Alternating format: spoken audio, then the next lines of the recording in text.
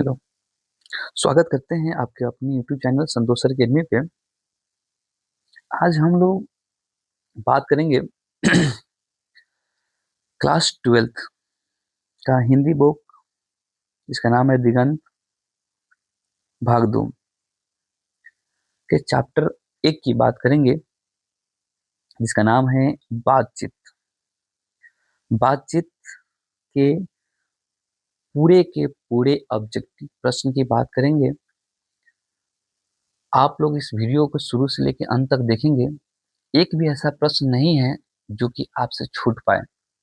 सब का सब निचोड़ हमने इस वाली वीडियो में डाल दिया है। वन लाइनर क्वेश्चन है, एक बार देख लीजिएगा एग्जाम से पहले भी, तो आपको याद हो जाएगा। आइए स्टार्ट करते हैं। बस थोड़ा सा रिक्वेस्ट है कि जितना हो सके उतना अपने दोस्तों में शेयर कर देंगे और लाइक एंड सब्सक्राइब कमेंट भी करेंगे। आइए, पहला क्वेश्चन है, बाल कृष्ण भट्ट का जन्म कब हुआ था? बाल कृष्ण भट्ट का जन्म कब हुआ था? तो इसका आंसर हो जाएगा 23 जून 1844। 23 जून 1844 को बाल कृष्ण भट्ट का जन्म हुआ था। यानी कि बातचीत के लेखक हैं हमारे बाल कृष्ण भट्ट। कौन है? तो बाल कृष्ण भट्ट। बाल कृष्ण भट्ट का निधन कब हुआ था? इनका निधन हुआ था 20 जुलाई 1914 को। 20 जुलाई 1914 को इनका क्या हुआ था? निधन हुआ था। 20 जुलाई 1914 को निधन हो गया था और 23 जून 1844 को इनका जन्म हुआ था।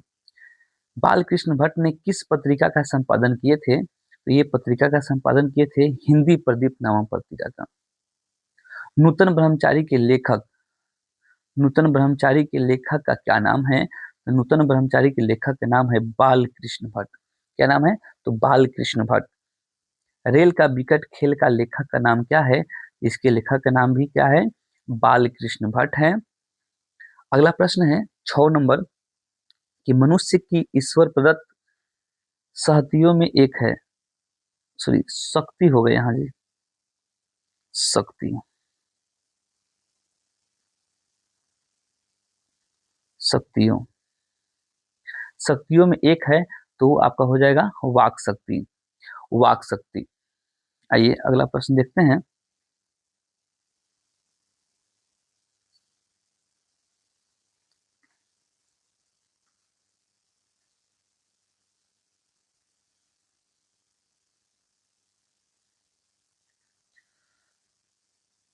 सात नंबर क्वेश्चन, रॉबिन्सन क्रूसो कितने वर्षों के बाद लोगों के बीच में आए थे? तो ये आए थे 16 वर्ष के बाद। 16 वर्ष के बाद। एडिसन ने कितने लोगों के बीच श्रेष्ठ बातचीत मानी है? तो 2। कितने लोगों की बातचीत को अंगूठी में नग सी माना गया है? तो वो है 3 लोगों में। कितने लोगों में? 3 लोगों में। अगला प्रश्न है कि कितने लोगों की बातचीत में फॉर्मेलिटी आती है? सिर्फ फॉर्मेलिटी के लिए कोई बात करते हैं तो वो है 4 लोगों में। कितने लोगों में? 4 लोगों में। अगला प्रश्न है, यूरोप में बातचीत की कला को क्या कहते हैं? यूरोप में बातचीत की कला को हम लोग कहते हैं art of conversation, art of conversation.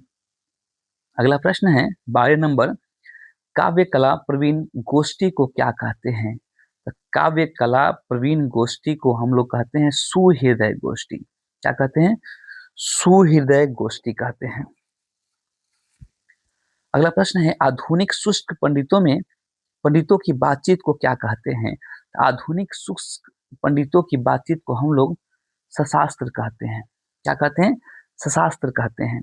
अगला प्रश्न है, हमारी भीतरी मनोवृत्ति क्या याद दिलाती है? तो हमारी भीतरी मनोवृत्ति नए नए रंग याद दिलाती है, नए नए रंग याद दिलाती है। अगला प्रश्न है कि बाल कृष्ण भट्ट किस युग के निबंधकार थे? तो ये थे भारतेंदु युग के निबंधकार थे।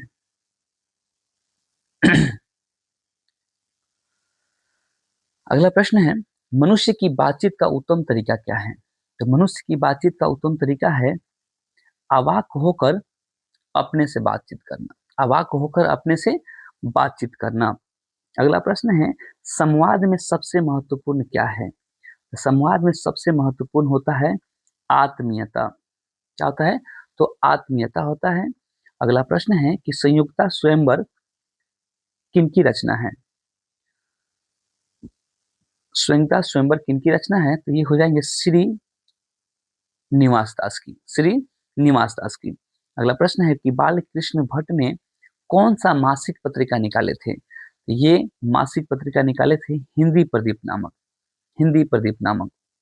बातचीत की विद्या की रचना है, यानी बातचीत कौन सी विद्या है? तो ये हो जाएगा निबंध। रॉबिन्सन क्रूसो ने 16 वर्ष के उपरांत किसके मुख से एक बात सुनी थी? तो ये बात सुने थे फ्राइडे के मुख से। रॉबिन्सन क्रूसो फ्राइडे के मुख से एक बात सुने थे। बातचीत शीर्षक निबंध के निबंधकार कौन है? तो ये हैं बालकृष्ण भट्ट, बालकृष्ण भट्ट। अगला प्रश्न है बातचीत के माध्यम से बालकृष्ण भट्ट क्या बतलाना चाहते हैं? तो बातचीत के माध्यम से बालकृष्ण भट्ट बातचीत की शैली को बताना चाहते हैं। अगला प्रश्न है कि भट्ट जी को किसने अंग्रेजी साहित्य के एडिशन और स्टील की श्रेणी में रखा है? तो ये रामचंद्र शुक्ल जी इनको किनको? तो बालकृष्ण भट्ट को अंग्रेजी के साहित्य और एडिशन के श्रेणी में रखे थे, एडिशन और स्टील की श्रेणी में इनको रखे थे। अगला प्रश्न है कि बालकृष्ण भट्ट का निवास स्थान कहाँ है? इनका निवास स्थान है इलाहाबाद, जो कि यूपी में पड़ता है। बालकृष्ण भट्ट हिंदी प्रदीप नामक मासिक पत्रिका कब निकालना प्रारंभ किए थे? तो ये निकालना प्रारंभ किए थे 1877 में, 1877 में। अगला प्रश्न है कि कौन सा उपन्यास बालकृष्ण भट्ट द्वारा रचित है? तो ये है आपका 100 अजान एक सुजान, 100 अजान एक सुजान। ये क्या है? तो ये उपन्यास है। आइए अगला प्रश्न देखते हैं, 28 नंबर। नाटक के प्रारंभ में होने वाले मंगल पाठ को क्या कहा जाता है? तो नाटक के प्रारंभ में होने वाले मंगल पाठ को नांदी पाठ कहा जाता है। क्या कहा जाता है? तो नांदी पाठ कहा जाता है। रॉबिन्सन क्रूसो कब तक मनुष्य के मुख देखने को नहीं मिला था? रॉबिन्सन क्रूसो को 16 वर्षों तक मनुष्य का मुख देखने को नहीं मिला था। 30 नंबर क्वेश्चन हो जाएगा आपका कि बोलने से ही मनुष्य के साक्षात्कार होता है, बोलने से ही मनुष्य के रूप का साक्षात्कार होता है। ये बात किसने कहा था? तो ये बात बेन जॉनसन ने कहा था। ये बात किसने कहा था? ये बात बेन जॉनसन ने कहा था। अगला प्रश्न है कि असल बातचीत सिर्फ दो व्यक्तियों में ही हो सकती है, यह किनका मत है? तो ये आपका मत है एडिसन का। एडिसन का मत है कि असल बातचीत सिर्फ दो व्यक्तियों में हो सकती है। अगला प्रश्न है कि एडिसन के अनुसार असल बातचीत कितने लोगों में हो सकती है? तो अभी हमने बताया कि कितने लोगों में? तो दो लोगों में हो सकती है। अगला प्रश्न है कि बातचीत से मन किस प्रकार का हो जाता है? तो बातचीत करने से मन हल्का और स्वच्छ हो जाता है, हल्का और स्वच्छ हो जाता है। किसके ना होने से सृष्टि गूंगी प्रतीत होती है? किसके ना होने से सृष्टि गूंगी प्रतीत होती है? तो इसका आंसर हो जाएगा कि वाक शक्ति ना होने से सृष्टि गूंगी प्रतीत होती है। अगला प्रश्न है कि आर्ट ऑफ कन्वर्सेशन कहाँ के लोगों में सर्वाधिक प्रचलित है? तो ये आपका हो जाएगा यूरोप के लोगों में, यूरोप के लोगों में।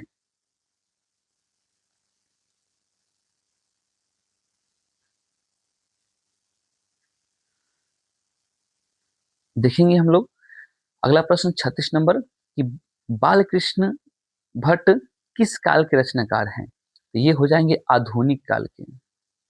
किस काल के? तो आधुनिक काल के रचनाकार हैं, आधुनिक काल।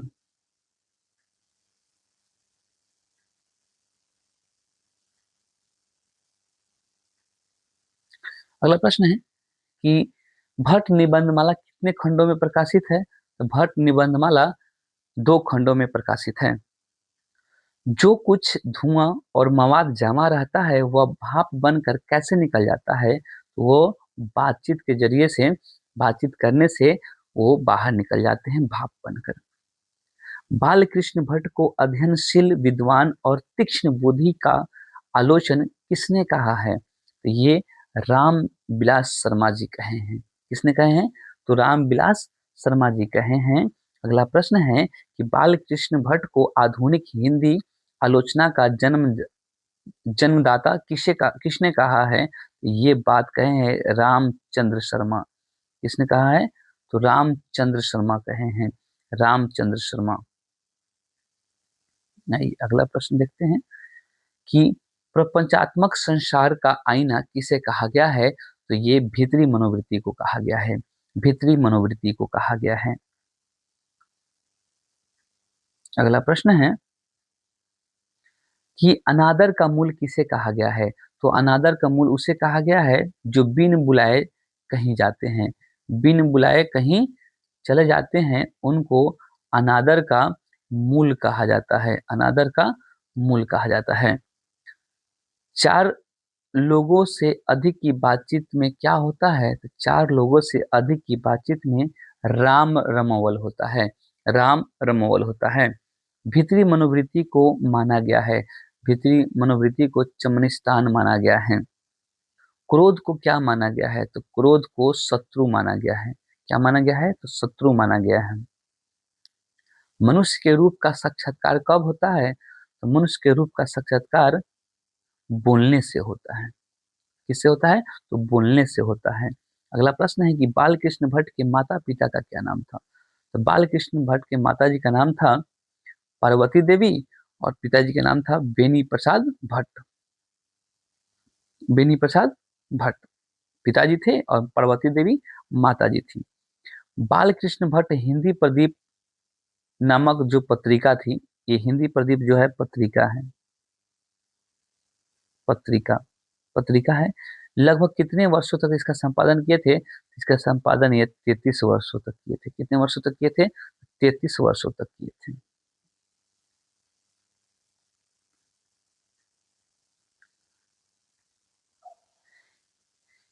यहाँ है बालकृष्ण भट्ट के कुछ उपन्यास हैं। यहाँ पे उपन्यास है कि रहस्य का था, 100 अजान, एक सुजान, गुप्त बैरी, रसातल यात्रा, उचित दक्षिणा, हमारी घड़ी, सद्भाव का अभाव, ये सब इनकी क्या है? ये सब इनकी उपन्यास है। क्या है? उपन्यास है। और बालकृष्ण भट्ट के यहाँ पे एक नाटक लिखा हुआ है। वो नाटक है पद्मावती, बेनीसनहार, शिशुपाल वध, दमपति, दमयंती स्वयंवर, चंद्रसेन सीता वनवास, मेघनाथ वध, रेल का विकट खेल, बाल विवाह आदि। ये सब इनका क्या है? तो ये सब इनका नाटक है। ठीक है, और भी बहुत सारे हैं। ये आपका एक चैप्टर का महत्वपूर्ण ऑब्जेक्टिव प्रश्न था 50। और अगले वीडियो में हम लोग चैप्टर 2 का लाएंगे। आपको ये वीडियो कैसा लगा कमेंट बॉक्स में बताएंगे। मिलते हैं फिर अगले वीडियो में। धन्यवाद।